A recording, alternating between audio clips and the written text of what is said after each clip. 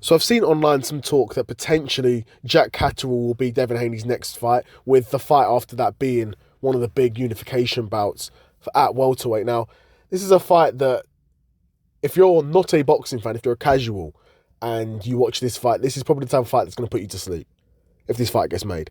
Because both guys are defense, counter first type fighters. They're not super exciting. Even though Jack Catterall was moving to Echo Essuman.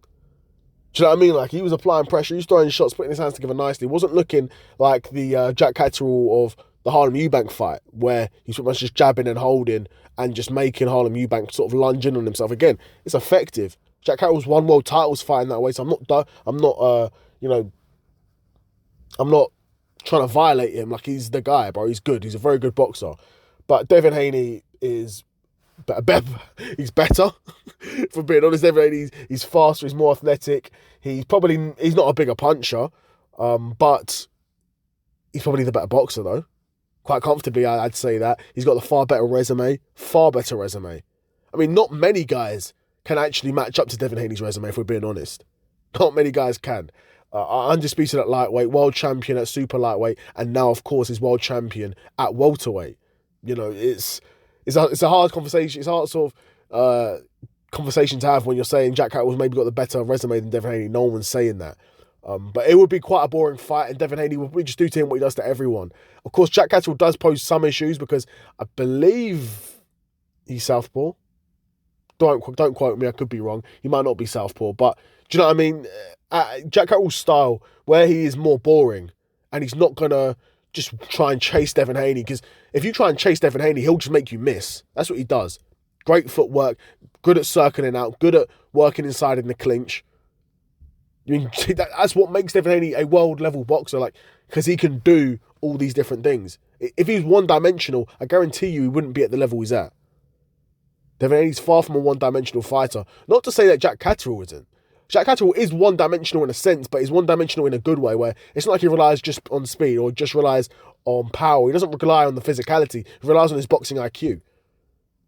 So you can say maybe he's boring because he doesn't throw a ton of other shots. You know, he is very jab-heavy. But again, like I said, in the last fight against Echo Essuman, he showed that he wasn't really jab-heavy necessarily. Yeah, he used to set up his punches, but he was shooting across. He was opening up a lot more. He's a lot more dynamic. So maybe him training with Bozy Ennis and Boots is, you know, making a big difference for Jack Catterall. But I still don't think it's enough sauce to beat Devin Haney. But if you're a boxing casual, that's not a fun fight. But for the boxing, you know, hardcore fans, probably the guys that listen to this channel, watch our videos, they probably are going to be sort of into that fight purely from a technical point of view. Because it does pose some interesting questions. Because Jack Catterall would be one of the best guys that Devin Haney would have fought. You know, he causes potentially more issues than the likes of a Linares who rocked him.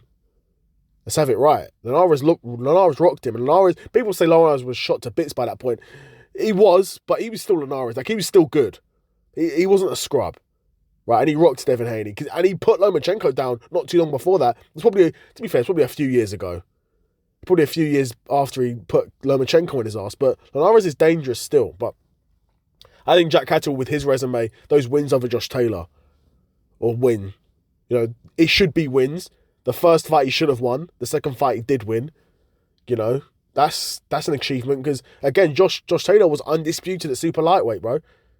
Again, was at a time when super lightweight wasn't a crazy deep division. Super lightweight now is a lot better. Super lightweight now is a really interesting division, in my opinion. But I'm getting off track, yeah.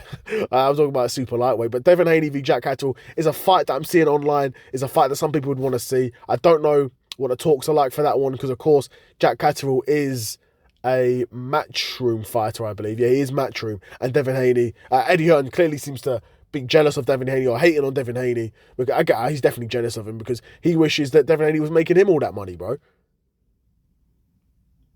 Eddie Hearn wishes he had a former undisputed champion, a current 3-weight world champion in his roster. Of course he does. So he's a bit salty, and of course he wants to hype up Conor Benn. So we'll see. We'll see. Let me know what you guys think of that fight. If that fight gets made, would you watch it? And who do you think wins? Devin Haney or Jack Catterall? Let me know in the comments below. Another episode of the Seth Solo Sidequest in the bag, and I'm out. Peace.